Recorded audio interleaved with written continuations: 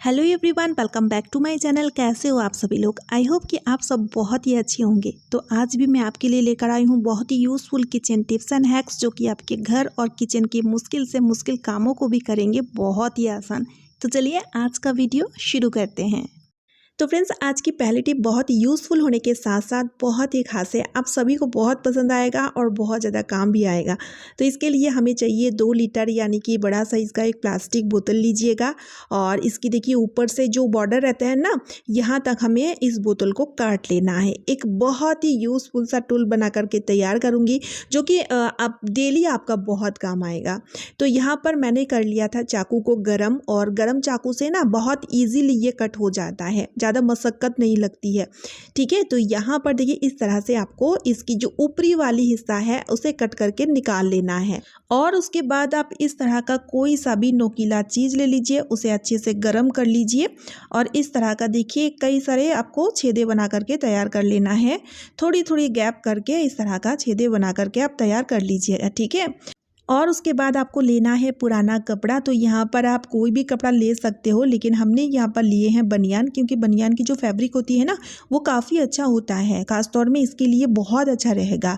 और बनियान तो हम सभी के घरों में होता है, देखिए पुराना बनियान तो रहता ही रहता है। और उसके बाद इसके हमें देखिए इस तरह का एकदम पतली पतली सी स्ट्रिप काट के निकाल लेना है। तो यहाँ पर हमें जितना ज़रूरत होगा उस हिसाब से मैं उतना निकाल लूँगी। और इसे थोड़ा सा इस तरह से खींचिएगा ना, तो ये अच्छी तरीके से तैयार हो जाएगा। और इसे बनाना बहुत इजी है, ज़्यादा झंझट नहीं है। एक बार आप इसे बना लोगे तो काफ़ी दिन तक इसे आप यूज़ कर पाओगे। तो यहाँ पर देखिए काफ़ी सारी इस तरह का स्ट्रिप कट करके हमने निकाल लिए हैं। अब हमें क्या करना है, जो बोतल के माउथ को हमने इस तरह से तैयार करके रखे हुए हैं ना, अब हमें देखिए इस तरह का जो छेदे बनाए हैं, तो एक एक इसकी स्ट्रिप को इस तरह से इसकी छेद के अंदर डालेंगे और 2 गांठ लगा करके इसे ना इस तरह से बांध देंगे। तो सारी छेद में ना एक एक करके स्ट्रिप हमें डाल देना है। और इस तरह से अच्छे से गांठ लगा दीजिएगा, 2 गांठ लगा दीजिएगा, तो अच्छी तरीके से ये फिक्स हो जाएगा। तो यहाँ पर देखिए फ्रेंड्स, सारी स्ट्रिप को लगाने के बाद ये कुछ इस तरह से तैयार हुई है। अब हमें लेना है एक स्टिक। तो कई बार होता है ना, हमारे पास मॉप खराब हो चुका है, तो मॉप का स्टिक भी ले सकते हो, या फिर वाइपर का स्टिक भी ले सकते हो, या फिर आपके पास इस तरह से एक्स्ट्रा स्टिक है तो बहुत अच्छी बात है। तो उस स्टिक को ना आपको इसके माउथ में आपको डाल देना है, बिल्कुल नहीं खुलता है। बहुत ही बढ़िया सा यूज़फुल सा एक मॉप बन के तैयार हो चुका है। अक्सर हम सभी लोग इस तरह का मॉप मार्केट से खरीद ले आते हैं। अब देखिए इसके मदद से आप खड़े खड़े पोछा लगा सकते हो। और दूसरी चीज़ है, उन जगहों की क्लीनिंग आप अच्छे से कर पाओगे जहाँ पर हमारे हाथ या झाड़ू वगैरह नहीं पहुँच पाता है। दीवार की नीचे वाली जगह, फ्रिज की, सोफ़ा की नीचे वाली जगह, तो इससे ना क्लीनिंग बहुत बढ़िया तरीके से होगा। उम्मीद करती हूँ ये छोटी सी हैक आपका बहुत काम आएगा। तो चलिए अब देख लेते हैं अगली यूज़फुल ट्रिक। तो फ्रेंड्स, गर्मियों में और बारिश के दिनों में चींटियां हमारे घर पर इधर उधर बहुत ही ज़्यादा दिखती है। अब देखिए चींटी जब घर पर होती है ना, तो खाने पीने की चीज़ों में घुस जाती है और सारी की सारी चीज़ें बर्बाद हो जाती है। तो यहाँ पर चींटी हटाने का एक बहुत ही बढ़िया सा एक घरेलू तरीका मैं आपको बताऊँगी। यहाँ पर आपको लेना है थोड़ा सा, यानी कि 1/2 चम्मच के करीबन आप हल्दी लीजिएगा, हल्दी पाउडर। और उसके बाद टेल्कम पाउडर इसके साथ आप मिक्स कीजिएगा। 1/2 चम्मच हल्दी पाउडर तो 1/2 चम्मच टेल्कम पाउडर, दोनों को आपको इस तरह से ड्राई फॉर्म में अच्छे से मिक्स कर लेना है। बहुत ही बढ़िया सा सॉल्यूशन है ये। और जहाँ पर भी चींटियों की लाइन है, उन जगहों पर आपको इस सॉल्यूशन को इस तरह से, यानी कि अच्छे से आप इसे लगा दोगे। थोड़ी सी आपको डालना है, बहुत ज़्यादा इस सॉल्यूशन की ज़रूरत नहीं पड़ती है। थोड़ी सी डालेंगे और इस तरह से अच्छे से स्प्रेड कर दीजिएगा। एक्चुअली होता क्या है, हल्दी और टेल्कम पाउडर की जो स्मेल होता है वो चींटियों को बिल्कुल पसंद नहीं आती है, और इस कारण से इसकी स्मेल से चींटियां भागने लगती है। आमतौर में हम चींटियों को भगाने के लिए केमिकल टाइप की दवाई जो होता है ना, उसका यूज़ लेते हैं। उसका यूज़ ना लेकर के आप इस सॉल्यूशन को ट्राई करके देख सकते हैं, आपको बहुत ही बढ़िया रिजल्ट मिलेगा, जो कि नेचुरल है पूरी तरीके से। तो चलिए अब देख लेते हैं अगली यूज़फुल ट्रिक। तो फ्रेंड्स, इस तरह का ब्रश की मदद से हम कपड़ा धोते हैं, लेकिन जब ये ब्रश गंदा होता है तो हम इसे क्लीन भी कर लेते हैं। अब देखिए इसे क्लीन करके रखना भी चाहिए, साफ़ सुथरा रखना भी चाहिए, क्योंकि इसकी मदद से हम कपड़े वगैरह को इस तरह से रब करते हैं।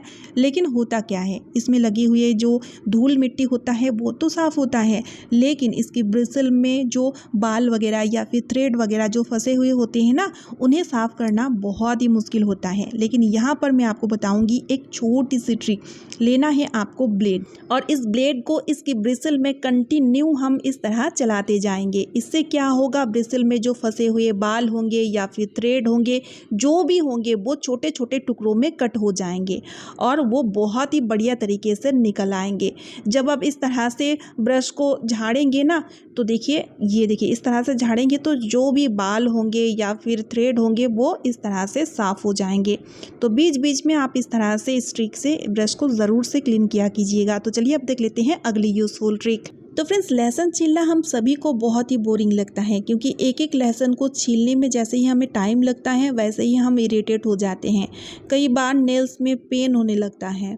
तो आज मैं आपको बताऊंगी लहसुन छीलने का एक बहुत ही बढ़िया सा ट्रिक। यहाँ पर हमें लेना है व्हिस्कर, जो कि फ्रेंड्स हम सभी के घरों में होता है। अब हम क्या करेंगे, इस व्हिस्कर के अंदर हमें लहसुन की जो गांठ है ना, पूरा का पूरा उसे डाल देना है, और उसके बाद गैस को ऑन करके फ्लेम को एकदम लो पर रख करके इसे ना 30 सेकेंड के लिए आपको इसे भून लेना है कुछ इस तरह से।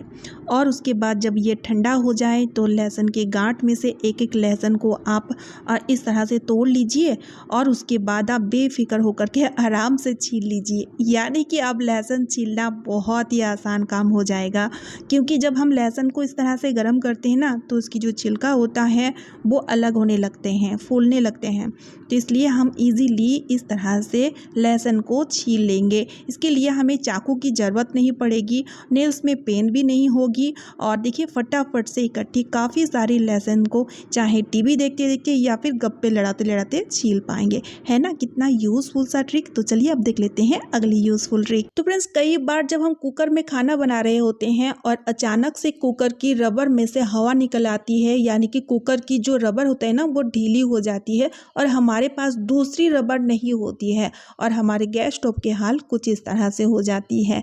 यहाँ पर देखिए, खाने का बर्बादी तो होती है, साथ के साथ जो हमारे गैस चूल्हा यानी कि गैस स्टोव होता है, कुकर होता है, वो खराब हो जाता है, और इन्हें मांजने और क्लीन करने में हमारी हालत खराब हो जाती है। अब देखिए, खाना भी ढंग से नहीं बन पाती है उस टाइम।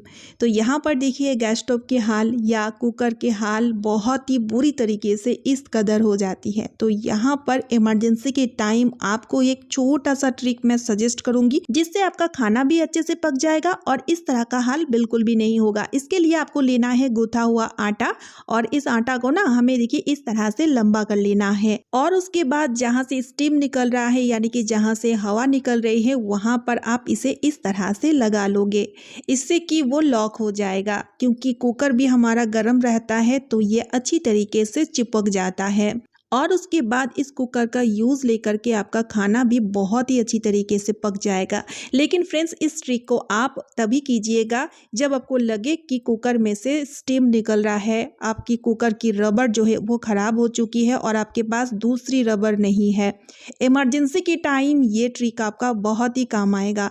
उम्मीद करती हूँ ये छोटी सी ट्रिक आपका बहुत काम आएगा। अगर काम आए तो वीडियो को ज़्यादा से ज़्यादा शेयर कर दीजिएगा।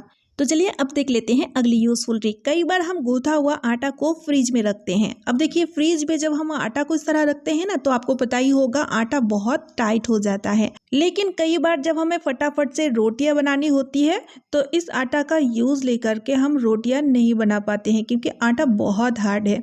तो आपको एक छोटा सा ट्रिक मैं आपको बताती हूँ। तो इसके लिए आपको लेना है कुकर, और उस कुकर में आप थोड़ा सा पानी डाल दीजिएगा, और उसके बाद इस आटा को आपको इसके अंदर डाल देना है, और लगभग 1 मिनट के लिए आपको इस कुकर का ढक्कन लगा करके छोड़ देना है। और 1 मिनट के बाद जब आप कुकर के ढक्कन को खोलेंगे तो आप देखेंगे आटा बहुत सॉफ्ट हो जाएगा, और इस आटा का यूज़ लेकर के आप फटाफट से रोटियां बना पाओगे। जिस आटा को घंटों लगता था नॉर्मल करने में, वो आप इस तरह से फटाफट कर पाओगे। है ना कितना यूज़फुल सा ट्रिक। तो चलिए आज का वीडियो मैं यहीं पे एंड करती हूँ। अगर आपको वीडियो यूज़फुल लगती है तो वीडियो को ज़्यादा से ज़्यादा शेयर कर दीजिएगा, साथ ही साथ चैनल को सब्सक्राइब और वीडियो को एक लाइक करके मुझे मोटिवेट कीजिएगा। तो चलिए फिर मिलती हूँ नेक्स्ट वीडियो में। Bye friends and thanks for watching.